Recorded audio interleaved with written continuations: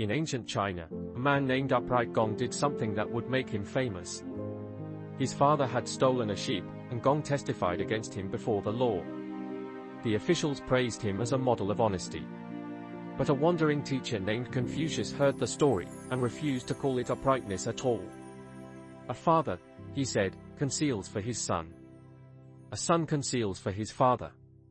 Uprightness is found in this. A man who reported his own father, even to uphold the law, had missed something more important than the law itself. He had missed the relationship. Confucius, born Confucius, was a poor boy in the state of Lu, 2,500 years ago.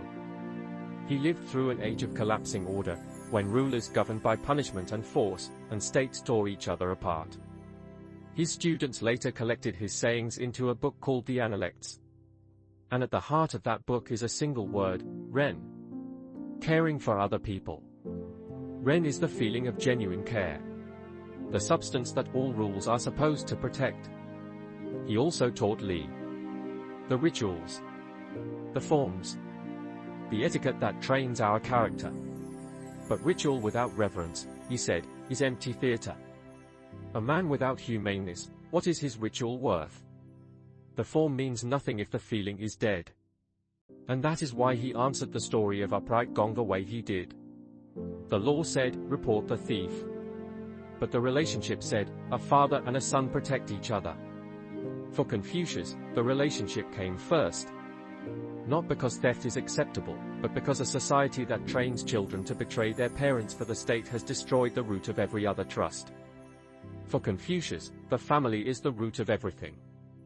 His disciple put it simply, the gentleman works at the roots. Once the roots are established, the way comes to life. Filial piety, caring for your parents, is the root of all virtue. Get that right, and everything else grows from it. And from the family, care extends outward, into every bond we share. He taught that the duties between ruler and minister, husband and wife, elder and younger, friend and friend, are all reciprocal.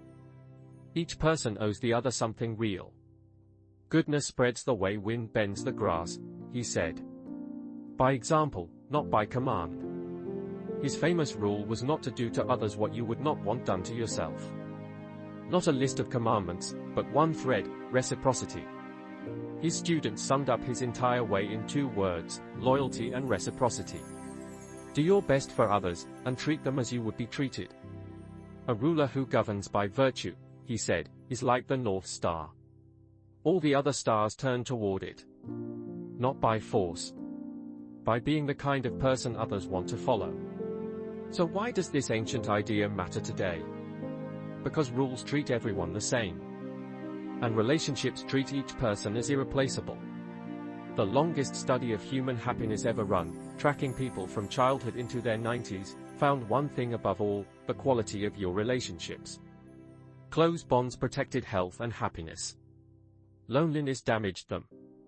Loneliness, researchers found, damages health as surely as smoking. We are relational beings. That is not sentiment. It is biology. When rules replace empathy, ordinary people can do terrible things. History is full of people who said, I was just following the rules. Rules cannot feel, and they cannot know you. A rule sees a case. A relationship sees a person. Think of the manager who enforces every policy by the book. And the one who actually knows his people. Who knows who has a sick parent, who needs flexibility this month. Rules keep order. Relationship earns loyalty. Or the daughter who visits her aging mother every week. Who learns her moods, who lets her keep her stubborn habits. That is care, not compliance. Attention, not administration. Justice done right repairs the bond between people. It does not just apply a penalty. The best workplaces, the best families, the best societies do not run on enforcement. They run on trust. So the next time you reach for a rule, pause. Ask about the person standing in front of you. What do they need? What do you owe them? Rules are scaffolding for love. Never a substitute for it. A good life grows out of the people you are connected to. So work at the roots.